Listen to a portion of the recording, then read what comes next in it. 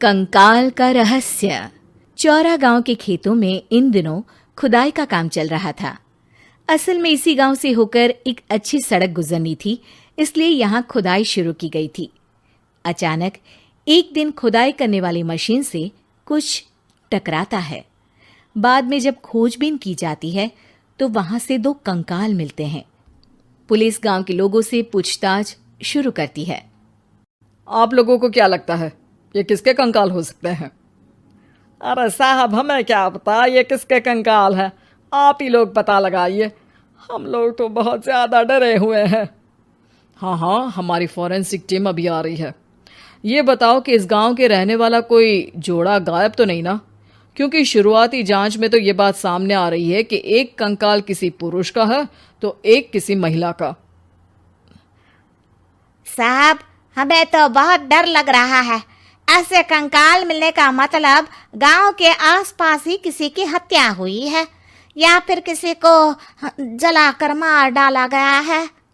हाँ साहब, हम अपने परिवार को लेकर बहुत ही ज़्यादा परेशान हैं। देखिए, आप लोगों की परेशानी हम समझ सकते हैं, लेकिन आप लोगों को पुलिस का सहयोग करना होगा, क्योंकि आपके सहयोग के बगैर हम ये पता नहीं लगा सकते हैं कि आखिर ये किसके कंकाल है और इनकी हत्या किसने की। ठीक है साहब, गांव के लोग आपका पूरा सहयोग करेंगे। हाँ साहब, पूरा सहयोग करेंगे। तो फिर ठीक है, हम अपनी जांच शुरू कर देते हैं। कुछ दिन बाद जांच रिपोर्ट आ जाती है। पता चलता है कि ये कंकाल करीब 20 साल पुराने हैं, यानी 20 साल पहले किसी जोड़े की हत्या कर शव को यहाँ पर दबा दिया गया था। इंस्पेक्टर राघव, ये बताओ कि 20 साल पहले की मर्डर मिस्ट्री क्या आप सुलझ सकती है? हाँ सर, क्यों नहीं। लेकिन अब सबूत और गवाह काफी मिट गए होंगे। मुश्किल तो होगी, लेकिन शायद किसी परिवार को इंसाफ मिल सके। इंस्पेक्टर राघव, आप बिल्कुल सही कह रहे हैं। किसी परिवार को तो इंसाफ मिलेगा ही और किसी को उसके किए की सजा भी मिलेगी। जी सर, मैंने तो जांच शुरू भी कर दी है। 20 साल पहले इस गांव के 2 जोड़े अचानक कहीं गायब हो गए थे। मैंने दोनों ही परिवारों के बाकी के सदस्यों से बातचीत शुरू की तो उन्होंने बताया कि उनके बच्चे शहर गए थे, लेकिन आज तक वापस नहीं लौटे हैं। लेकिन ये दोनों शव किस परिवार के सदस्यों के हैं, ये कैसे पता चल सकेगा? सर, मैंने डीएनए टेस्ट करवा लिया है।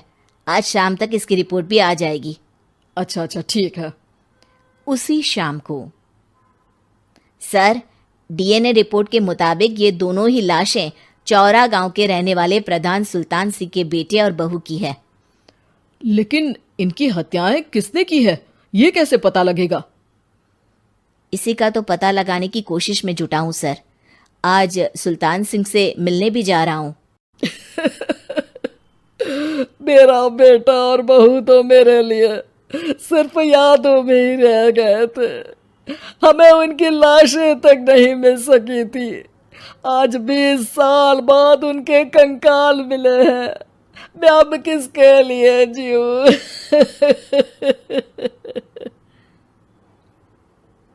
लेकिन सर, क्या आपकी किसी से कोई दुश्मनी थी?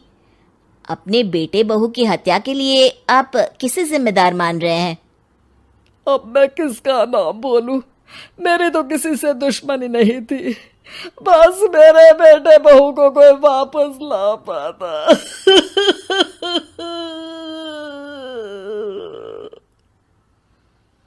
इसके बाद सुल्तान सिंह फूट फूट कर रोना शुरू कर देते हैं। सर, अब आप इनका अंतिम संस्कार करवा सकते हैं। कम से कम इनका शरीर ना सही, इनका कंकाल तो आपको मिला है। लेकिन हाँ, अगर आपको कुछ भी याद आए तो जरूर बताइएगा। मेरी तो बेटा अब उम्र हो गई है, लेकिन मेरे बेटे और बहू के हत्यारों का जरूर पता लगाइएगा, क्योंकि जब तक हत्यारे पकड़े नहीं जाएंगे मेरा मन नहीं मानेगा। सर, हमारी पूरी कोशिश रहेगी हत्यारे को पकड़ने की। लेकिन एक बात बताइए, उस वक्त आपको किस पर शक गया था?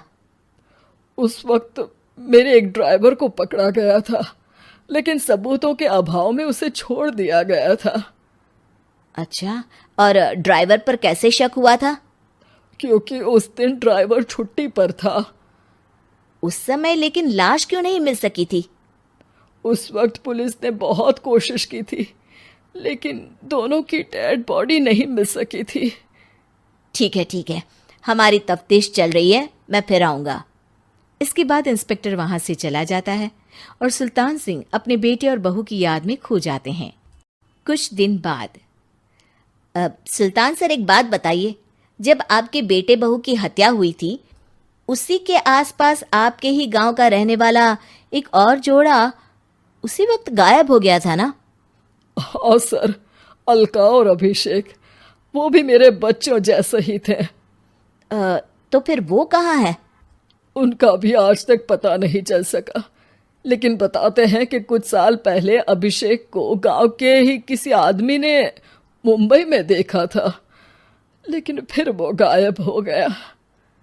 यानी अभिषेक और अलका की हत्या नहीं हुई थी, बल्कि उन्होंने किसी वजह से खुद ही गांव छोड़ दिया था। हाँ, हो सकता है, क्योंकि अभिषेक मेरे बेटे संतोष का अच्छा दोस्त था और उसका मेरे घर भी आना जाना लगा रहता था। हो सकता है कि उसने मेरे बेटे और बहू के बारे में सुन लिया हो और ये गांव छोड़ दिया हो सकता है। उनके परिवार का कोई अब नहीं रहता क्या इस गांव में? अब तो कोई नहीं रहता। एक चाचा थे, लेकिन उन्होंने भी अपना पुश्तैनी मकान बेच दिया है। वो भी अब कहीं शहर में ही बस गए हैं। ओह, अभिषेक और अलका के बारे में भी पता लगाना होगा।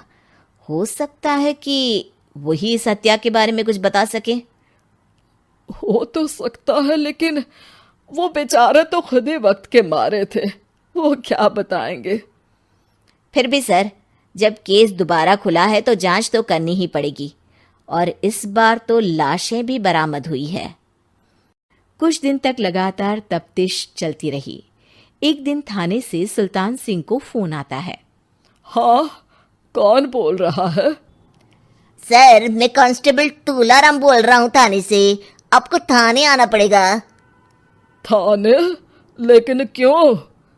सर, किसी की पहचान करवानी है। अच्छा ठीक है, मैं दोपहर तक पहुंचता हूँ। सुल्तान सिंह दोपहर में थाने पहुंचता है। कई पुलिस के अधिकारी वहां मौजूद रहते हैं।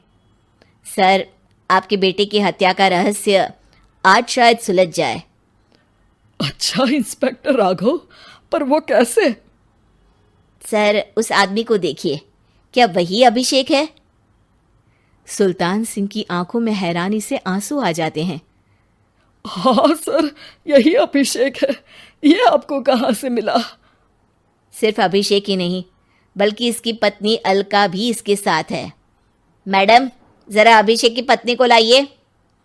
जैसे ही अलका को पेश किया जाता है, सुल्तान सिंह जमीन पर गिर जाते हैं। सुल्तान सर, क्या हुआ आपको? आप अलका को देखकर गिर क्यों गए? सुल्तान सिंह सर पकड़कर बैठ जाते हैं। ये अलका नहीं, बल्कि ये तो मेरी बहू रितु है। पूरा थाना एक दूसरे का मुंह देखने लगता है। क्या? इसके बाद हर किसी को दो कंकाल और हत्या का रहस्य समझ में आ गया। अभिषेक और रितु ने मिलकर संतोष और अलका की हत्या की थी और लाश को जमीन के नीचे दबा दिया था। आज 20 साल बाद इस हत्या का रहस्य खुल सका था कि अवैध प्रेम संबंध में दो मासूमों की जान गई थी।